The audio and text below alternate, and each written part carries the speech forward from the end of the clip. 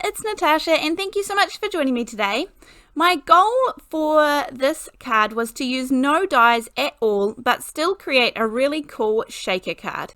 So I'm starting off by trimming down a panel so that it measures 4 by 5 1/4 inches, and then I'm just going to freehand draw kind of a big oval shape and then pop a little bit down the bottom, a little triangle, and that will be my balloon shape because I want to make a nice big balloon shaker.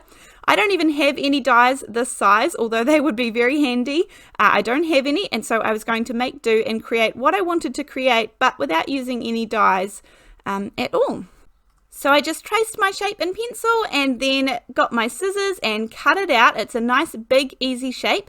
When you don't have dies, cutting out big easy shapes from within a panel is really good with a nice sharp pair of fussy cutting scissors. So those are the Cutter-Bee scissors and I will link to them down below.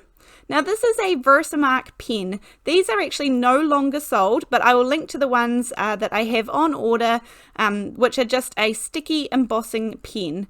And it is like VersaMark, which is the ink pad version. So it just creates a nice sticky little bit that embossing powder will stick to. And please note that I did not use an anti-static powder bag on this one, and I'll show you what happens. So I left this in the video because it's just a really good example of how, even though I didn't put my sticky pen there, and you can see where I did put the pen, more embossing powder has stuck. However, there is plenty of embossing powder that I do not want there. So to do that, I am going to use a paintbrush. Now there's kind of two ways you can fix this. One, you can wipe off all of the embossing powder, use an anti-static powder bag, lots and lots, to get rid of all the stick and start again. And then so use your pen again. However, the other way to do it is just by using a paintbrush and knock off any of that dry embossing powder that you don't want. So that's what I chose to do because I wanted a nice kind of speckled edge to my balloon shape just to help define it. Now you can see I've learnt my lesson and I'm using my anti-static powder bag this time because I decided I did want to just make these edges a little bit more defined just with a nice wee brushing of VersaMark ink.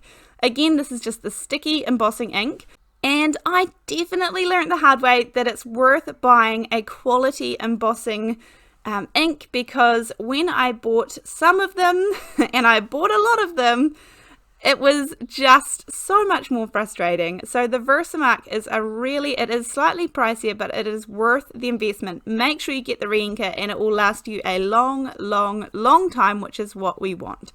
But you can see I'm just going to heat emboss this around the outside as well. You could eliminate this step and just add a little piece of gold mirror cardstock as a matting layer, but it saved me having to cut out anything from inside the balloon as well. I am also running this through with an embossing folder just to give the paper a little bit more texture because this is not going to be a super complex card and you want to draw the eye to lots of different areas. Now I'm going to be using some acetate here. You can use several different things. I've showed using even plastic bags in the past to create shaker cards, but I have this little stash here. I've been cleaning through my desk and found a few little bits and pieces, so I want to make sure that I keep using up what I have in my stash. And usually the first layer to a shaker card is always a piece of plastic to keep the pieces from falling through your window. Now this foam tape is fantastic because if you take off the release layer as well, then you can just bend it right around without having to cut little pieces to go around a circular shape. And that always helps because you want no gaps when you are creating a shaker card. So everything wants to be nice and sealed up.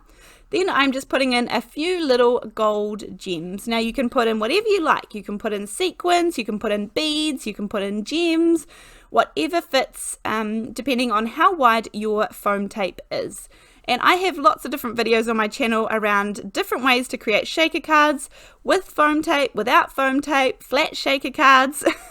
There's lots of different ways you can do it. I'm just showing you a really basic way using foam tape today. And you can see this really nice movement of the gems inside the shaker.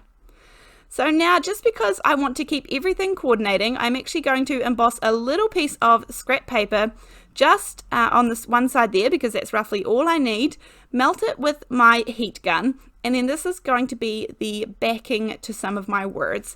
Because I want to keep everything nice and similar, I could have used a piece of gold mirror cardstock, but the golds are slightly different.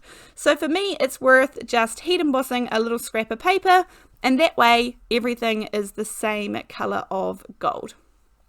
I'm using some VersaFine Onyx black ink to stamp out the word birthday, and I will link all of these stamp sets and everything down below in case you are interested.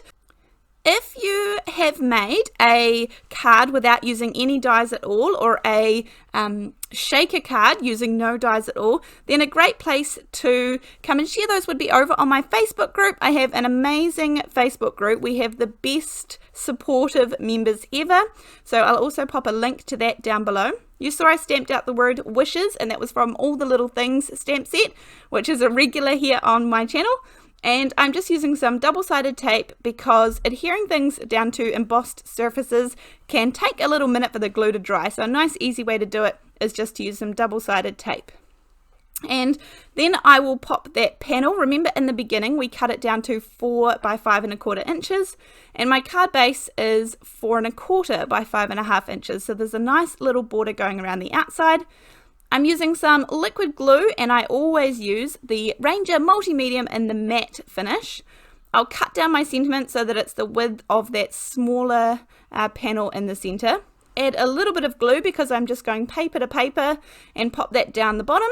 And then I added the little wishes word onto some leftover of that embossed, gold embossed paper. Just again so that it frames it up nicely and keeps everything coordinated. And I will pop that down just underneath so it reads birthday wishes. Then there are, as usual, a couple of little things that I need to do to finish off this card. Number one being that I need a wee string or something coming off my balloon. You could definitely leave it as is, but I just think it kind of adds to it a little bit. And I also want to bring in a little more of that black color that I used to stamp out the words. So I have some really fine waxed thread here, and I'm using 2 pieces of it to create a nice little bow. I always find that 2 of this looks really nice compared to 1 for some reason. It just kind of adds a little bit more texture to the bow. And cut off the ends. I'm going to add that on just using a tiny little bit of liquid glue, and then I'm also going to take one of those bits I cut off and make that the tail of the balloon as well. Now obviously you can turn this into any kind of color scheme that you want to, and you could cut out any shape. You could just use a star shape or anything that you can kind of draw around or find in your home that you can trace over to create a shape, and make sure it's nice and big and easy to cut out, and that way you can get your scissors in there. But you can definitely make shaker cards without having dies. So thank you so much for joining me today. I hope you've enjoyed this video and this kind of clean and simple card has inspired you to try your own. Please make sure you give me a thumbs up if you enjoyed it, and make sure you are subscribed to my channel. I appreciate it, and I'll see you next time.